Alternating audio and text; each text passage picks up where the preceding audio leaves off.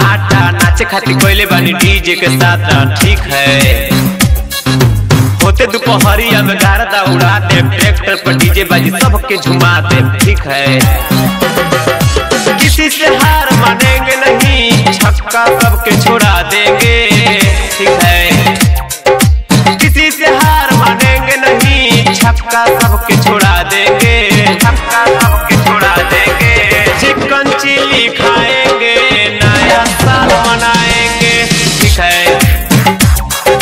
चिकन mutton खाएंगे, नया साल मनाएंगे ठीक है।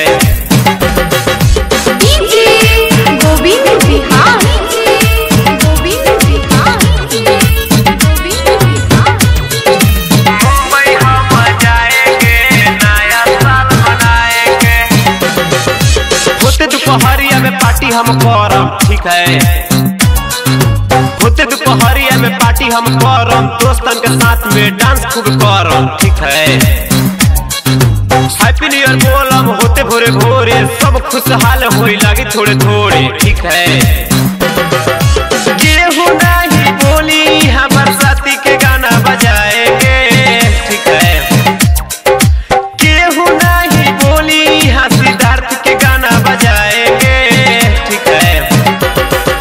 गोवा हम जाएंगे, नया साल मनाएंगे ठीक है।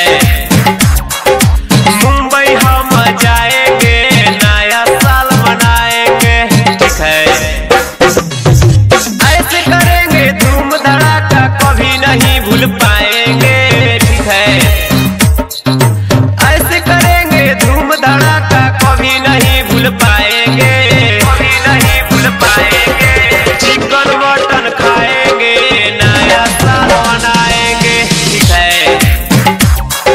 चिकन चिल्ली खाएंगे, नया साल मनाएंगे, नया साल मनाएंगे।